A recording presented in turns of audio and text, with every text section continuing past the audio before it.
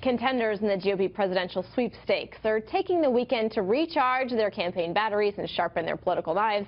Donald Trump and Texas Senator Ted Cruz mostly staying out of the spotlight for now after an intense week that sparked a debate over the propriety of an old Yiddish phrase and whether kids should be fodder for political cartoonists.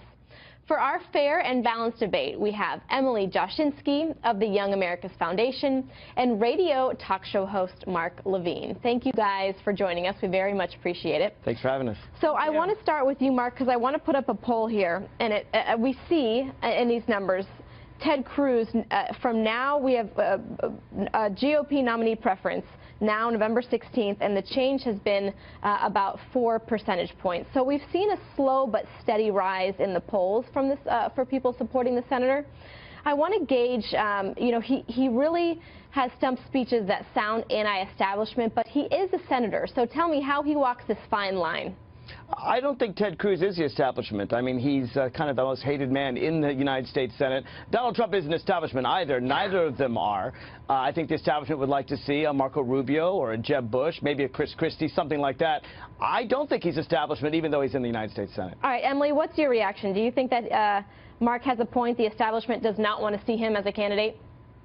I mean, I think Senator Cruz has this incredible record of principled conservative beliefs and actions on those beliefs. So I think any conservative in this country would be more than happy to have Senator Cruz, especially when you think about what the alternative is on the left. I mean, any of these candidates on the right now are far better than anything on the left. So I do think, actually, that conservatives around the country, myself included, would really, you know, be perfectly happy to have Senator Cruz get this nomination. Okay. I don't know about principle, though. I think the conservatives, even the establishment, sees him as kind of a used car salesman, kind of slick, oily, can't really be trusted. I think that is definitely how he's seen there. Okay, slick, oily, but he is seeing a lot of support in Iowa, and right. We could see him come out the winner. So what does that say? Well, Iowa, right. You got to remember, voted for Michelle Bachmann. They voted for Mike Huckabee.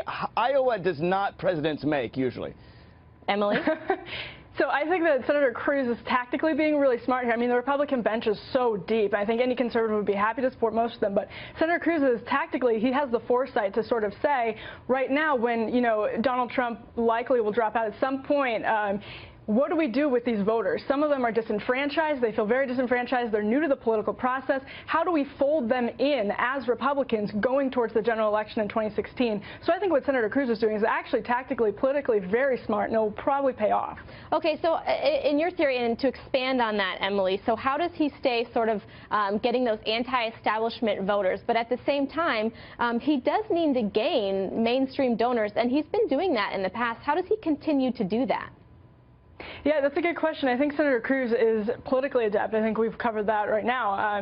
It's clear. And so I think what we'll have to see him doing is clarifying his positions. And that's just sort of part of the primary process. And I think sometimes we get so caught up in the day-to-day of the primary, we don't see, you know, totally what's coming ahead in the general election. I think that will all be ironed out as he's able to sort of clarify what his positions are on certain issues. Because, like I said, this man is in the United States Senate. I mean, he has a pretty strong record. So he'll be able to appeal and as he has time to explain. And as the other candidates have the chance to explain, you know, when we start seeing the others drop out. Right. He has as many years in the Senate as Barack Obama, so they have the same. If Republicans think Barack Obama was ready to be president, then I'm sure they're ready for Ted Cruz. Mark, do you think who should the potential Democratic nominee be most concerned about right now?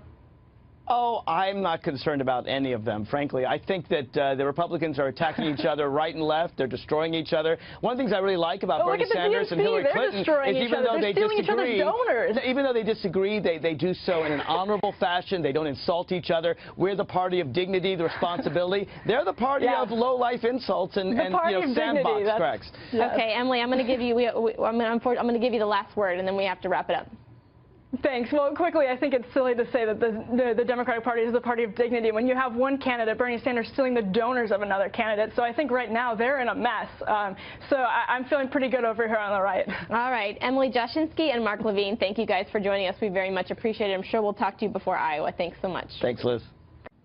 Becoming ISIS's best recruiter. They are going to people showing videos of Donald Trump insulting Islam and Muslims in order to recruit more radical jihadists. I will demand an apology from Hillary.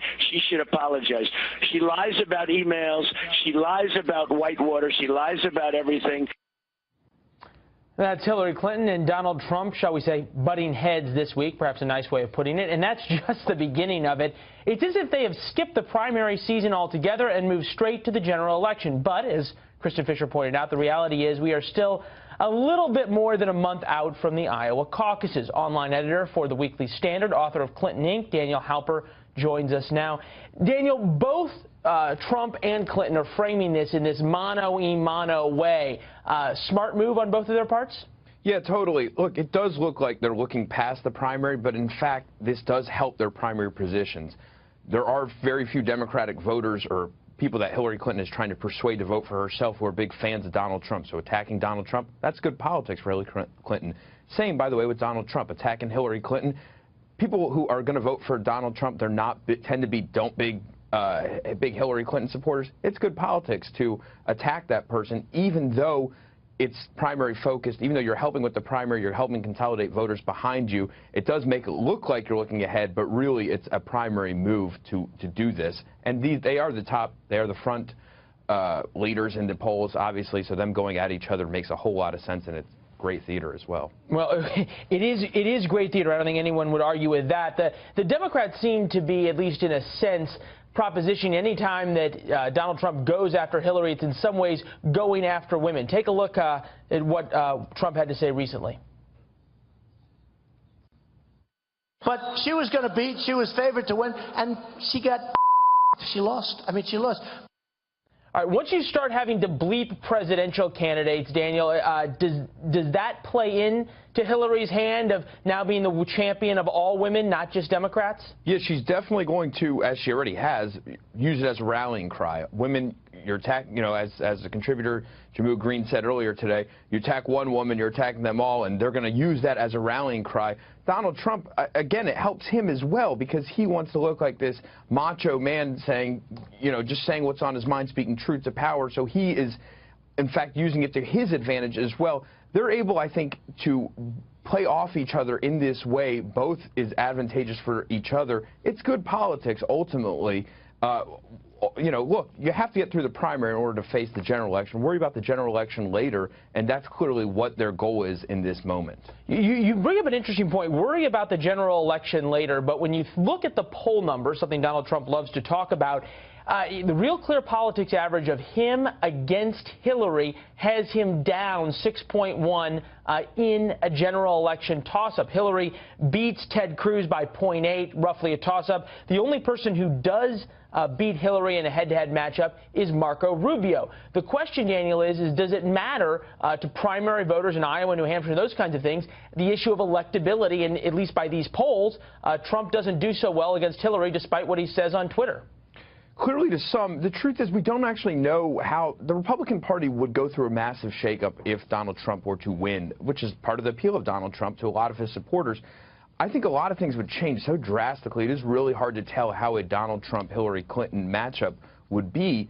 Obviously, some people are going to base their vote on electability and base it on these sorts of polls, but a certain number of other people are going to look at it and say, Donald Trump is taking it to Hillary Clinton in a way, in a vulgar way that other candidates are too afraid to do it or some reason not doing it, and they're going to appeal. Donald Trump is going to appeal to those voters for that reason as well. So it's hard to really determine how this actually shakes out. But it's not necessarily to Donald Trump's complete disadvantage, and clearly he has his fans. They're very vocal. There are a number of them, and he is trying to consolidate them around himself. Well, they are very vocal, and all of us political types have made a number of predictions that have been proven wrong in terms of what line Trump just finally cannot cross. Daniel Halper of the Weekly Standard, appreciate your insights as always, sir. Thank you. Thanks, Leland. All the best.